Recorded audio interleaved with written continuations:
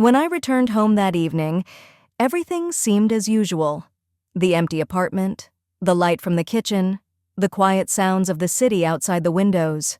But inside, everything was different. My soul was in chaos.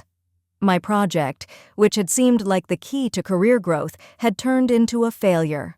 No one at work was supportive, and I could feel the days dragging on, becoming a burden that grew heavier with each passing moment. My colleagues had vanished. Their words of support were somewhere in the past, and now I had to cope with this loneliness on my own. But all I wanted was to come home, shed the weight of the day, and feel at least a hint of comfort. But, as always, home was empty. I went up to my floor, walked down the corridor, and suddenly stopped. Water. A strange noise. Yes, water. In the kitchen, the refrigerator had clearly been under too much pressure and cracked, flooding the floor with a cold stream. I stood by the sink and the water was up to my knees. My hands dropped to my sides, and my eyes automatically searched for him, James. He was in his usual spot, at the computer, his face hidden behind the screen. He didn't even notice I was in the kitchen, surrounded by water, and this was so typical. His world was made up of numbers, plans, tasks, and constant messages, while mine was made up of feelings, questions, and fears, which he never noticed. "James," I called, but he didn't respond. I called again, louder, but he still didn't react. It was incredible how long I had managed to ignore the barrier between us, how I had closed my eyes to the fact that he had long ago become part of another world. He didn't see me, didn't hear me, didn't feel me. I took my phone and called the repair specialists, feeling neither anger nor resentment, only cold despair. While they were on their way, I sat on the floor, hugging my knees. A strange feeling washed over me. This refrigerator incident wasn't a coincidence. It was a metaphor for everything. A metaphor for how once James and I were part of a whole, and now our worlds were two opposing universes that could no longer coexist. When the specialists arrived and started fixing the damage, I knew it was time for me to leave. I grabbed the dog and packed my things. There was no point in staying here. James didn't even notice I had gone. I went to Dany. He was my friend, with whom I had lost touch after I got married. He lived alone in an old house by the sea, where the silence was always more profound than in the city. Once, I had spent endless evenings with him, talking about life, books, and how everything changes. He had been there when I needed him, and I hoped his house would be, at least temporarily, a refuge from everything that tormented me. But when I arrived, I realized that more than just salvation, I needed to understand what was happening in my life. Dany's house was just as I remembered it. Old wooden beams, creaky stairs, the smell of fresh air that always filtered through the cracks in the walls. He had been living here for a long time, ever since he decided to leave the noisy city and return to his roots, to simplicity. This place had been his refuge, and now it had become mine. When I entered the house, Dany greeted me with such warmth and calm that for a moment I truly felt like I had come home. He had always been able to create an atmosphere of safety. We sat down to dinner, talking about how the world had changed, but the silence that fell between us was not as uncomfortable as it had been that evening with James. Here, in this house, I could just be myself. "You look tired," Dany said as I gently lowered my spoon into the bowl. There was no pity or sympathy in his voice. He was simply stating a fact, as if he knew I didn't need more words. "Yes, I'm tired," I replied, not hiding the weariness in my voice. After dinner, we sat on the terrace. Dany didn't ask about what had happened. He was simply there, and that turned out to be something important. I finally felt the weight that had been pressing on me begin to lift, little by little. With each passing day spent in this house, I felt the warm confidence I had been missing return. Dany and I started talking again, like we used to, but now those conversations carried a different tone. Sometimes I noticed how he looked at me, his gaze becoming a little deeper, more attentive than before. And though I tried not to think about it, I began to feel that something was changing. I liked the attention. I liked the way he looked at me. At some point, I couldn't quite explain what had changed, but there was a tension in the air that I couldn't ignore. "You know, I always thought you'd come back to this," Dany said one night as we sat by the fireplace and he started talking about our past, about how we'd interacted before I met James. His voice was quiet, but there was a certain depth to it that I couldn't fully grasp. "To what?" I asked, though I already knew the answer. He was talking about how I would return to James, no matter how hard it was, no matter how far apart we'd grown. "To this," he repeated, his gaze becoming a little more insistent. "You've always known that you shouldn't get involved with people who don't understand you, but maybe this is the moment when you need to figure out what you really want." These words stuck in my head. I was far from James, but his image wouldn't leave me, and at the same time, being with Dany made me feel more alive than I had felt in years. We began spending more time together, and I noticed how my gaze lingered more often on his features, on his gestures. This wasn't just the perception of a friend, it was something more, but I wasn't ready to admit it. One morning, when I woke up to the first rays of sunlight and heard Dany making coffee, I felt that something had changed. He was no longer just a friend, no longer just someone who was there. His smile, the way he moved, it all began to mean something much more significant. And there, in the silence of his house, I realized that I needed to stop and think. What was I really looking for? What did I truly want from this situation? The answers didn't come, but one thing was clear. Going back to my old life was no longer an option. When James unexpectedly arrived at Dany's house, the atmosphere changed. Everything suddenly felt tense. We were sitting at dinner, and as usual, he was talking about how much work he had, how he needed to keep developing his project. There was no emotion in his voice, no real care, only empty formality. He looked at me, but he didn't see me. All he did was justify himself for not leaving the office, for not having time for me, for those endless days he spent trying to be perfect in someone else's eyes, not noticing that I had stopped existing for him. Dany sat silently, occasionally glancing at James but not saying a word. He knew I didn't need these empty conversations anymore. He knew I wasn't looking for excuses, but for understanding, something James couldn't give me. When dinner came to an end, James and I moved to another room. Dany stayed in the kitchen, lighting a cigarette and watching the flames in the fireplace. I noticed how his gaze briefly flicked to James, but he said nothing. It was the best thing he could do. He didn't try to interfere in my relationship, but that didn't mean he didn't understand what was going on. After James left for a meeting, I stayed with Dany. We sat on the terrace, where the evening air was cool, and the headlights from passing cars created soft shadows on the old trees surrounding the house. Dany was silent, but his presence was incredibly important to me.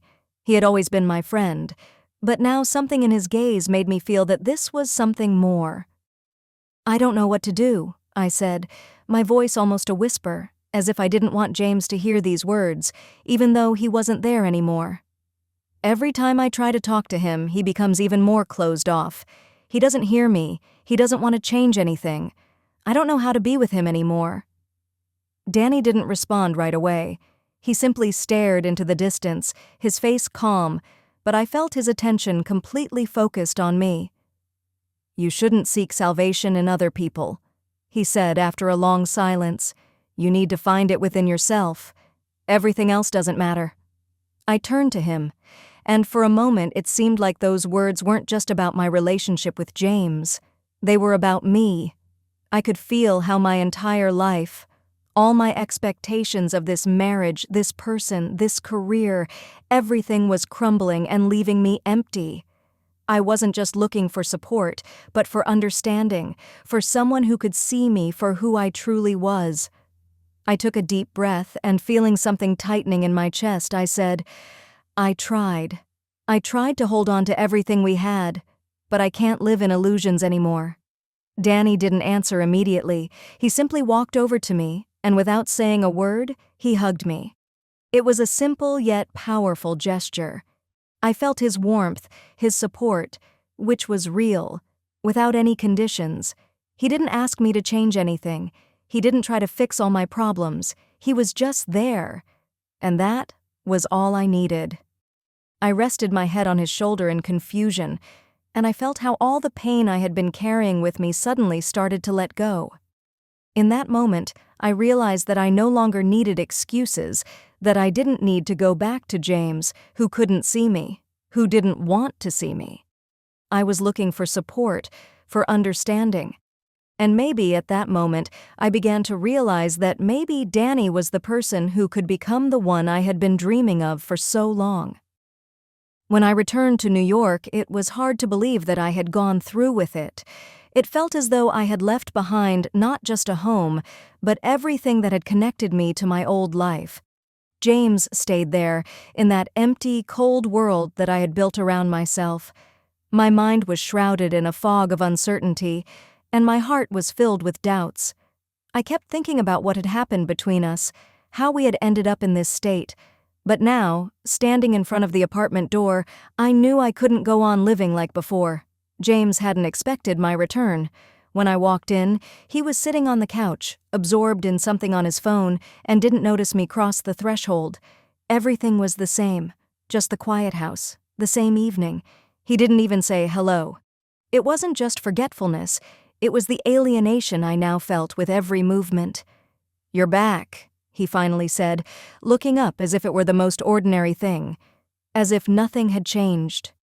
I stood in the hallway, feeling the cold air from the apartment wrap around me, as if no words could escape, no matter how hard I tried. Inside, two forces were at war, one telling me to end it all, and the other, the weaker one, hoping that he would finally realize he was losing me. But as I had expected, nothing changed. He was talking again about work, about his projects, about how we needed to fix everything. His voice was even, as if we were discussing some shared tasks like business partners, rather than people who once loved each other. It was all just an act to preserve outward order. I sat on the couch opposite him, trying to figure out what to say, how to express everything that had been building up inside me for so long. And then I realized that I couldn't explain anything anymore. I couldn't get back what we once had. It wasn't just an empty space. It was a whole world that I could no longer enter. "James, I can't go on," I said, feeling my words lose all their strength. He fell silent.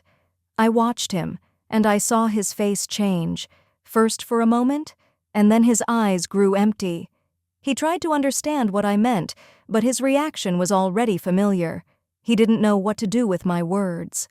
"Are you serious?" His voice was low, almost tired. And there was something in it that shattered my last illusions.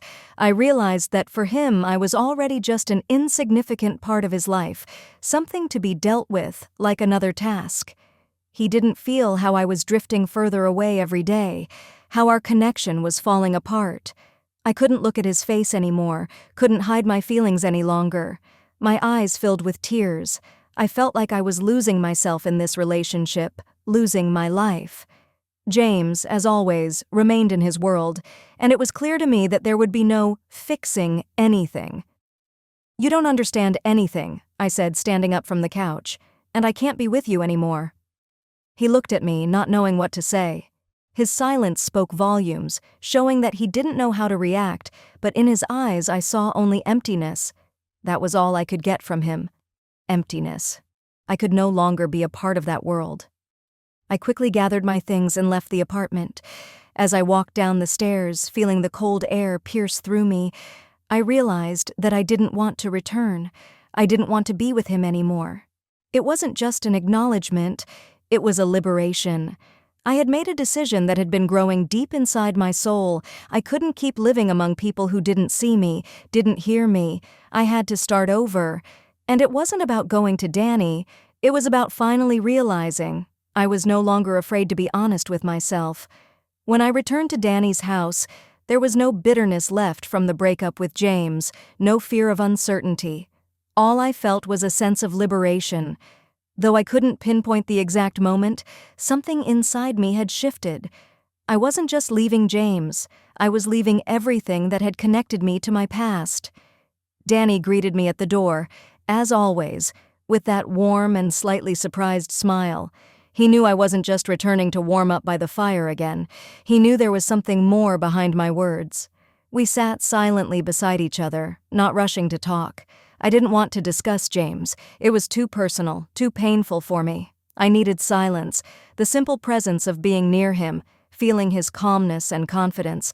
But the evening eventually led us to conversation. We were alone, just like in the old days when we could talk for hours about everything in the world without fear of being interrupted. And there, sitting by the fire with a cup of tea in my hands, I felt something rise in my chest, something I had been trying to suppress for a long time. "Dany, I don't know what to do with myself," I said quietly, not meeting his gaze. I looked at the fire, which burned steadily in the fireplace, trying to arrange my thoughts. It feels like I've spent my whole life trying to fix things. And now that I've left James, I don't know what to do next. Dany didn't rush to answer, but I felt his presence beside me. He didn't try to comfort me. He didn't offer ready-made solutions. He was simply there. "You don't need to fix anything," he said at last, and in his voice was such certainty that I felt my heart begin to calm. "You just need to be honest with yourself, and if you feel like you can't be with him anymore, that's all that matters. Everything else doesn't matter." His words made me fall silent. I remembered how many years ago we had talked about honesty. We had always said that the most important thing was to be honest with yourself before seeking answers from others. And in that moment, I realized that for me, this was the moment when I had to be honest not just with him, but with myself. "Do you really think I can start something new?" I asked, almost not believing the words. We had been through so much time together, and now I was standing on the threshold of a new life, something I never thought possible. "You've already started," he said with a gentle smile, looking into my eyes. "And you're not alone." But there was something more in his words. I felt how he spoke of us not just as old friends, as people who once shared all joys and sorrows. He said it with such deep sincerity that I couldn't help but notice. Between us, it was becoming more than just friendship. That evening, after we talked about everything that hadn't been resolved, we stayed on the terrace. The night air was cool, and Dany took my hand in his. We were silent, just sitting together, feeling that no words were needed between us. He was once again beside me, as if protecting me. But now I felt that his presence had become something more important. Late at night, when we were both sitting in silence, and I was already preparing to go to bed, he hugged me. And in that moment, I understood that those unsaid words were much louder and more significant than anything that had happened before. We didn't rush. We didn't look for any answers. We were simply there together, and that was the important revelation I had been searching for all along. The night at Dany's house became the moment when I first felt that anything was possible, that even in this world full of losses, something valuable could be found. Even if it was just the presence of a person who asks for nothing in return, who understands how hard it is to be honest with yourself. The next morning, I woke up with the feeling that everything in my life had turned upside down. The soft light streaming through the window filled the room with a gentle glow, but in my heart, it was far from peaceful. I was with Dany, and it felt so natural that I could have believed this was how it had always been. But deep down, I knew that all of this was too new and unexpected to not raise doubts. I sat at the table, looking out the window and thinking, James was in the past, that was clear. But was I ready to move on? Was this the beginning of something new? Or was I simply seeking comfort in the familiarity of being near Dany? He entered the room, brought me a cup of coffee, and his gaze was so familiar that I felt like I had never left this house. But I couldn't just leave my feelings at the door, as if they were something easily hidden away. "Do you want to talk?" Dany asked, standing beside me and watching me. I nodded, but I didn't know exactly what I wanted to say. Everything inside me was turning, but words didn't come. I tried to find the right phrases to explain what I was feeling, but each word seemed inadequate. "I don't know what I'm feeling, Dany," I said at last. "I can't understand what's between us. Everything feels so right, but I'm afraid it's just the result of needing to escape that emptiness. What if I'm just looking for a replacement? He sat down beside me but didn't say anything. He just waited. You're not looking for a replacement, he finally said. You're looking for what you truly need, and I can give you that if you want it. I turned to him, and for a moment everything around me disappeared. He was here beside me, and his words made me feel like everything I had been through wasn't in vain. I could be with him, without hiding anything, and that was exactly what I needed. But still, the doubts didn't vanish. They sat in my mind like a shadow I couldn't chase away. I'm afraid I might be wrong, I said, looking at his face, which now seemed so close and familiar. I don't want to fall into the same trap again. I don't want to lose myself again.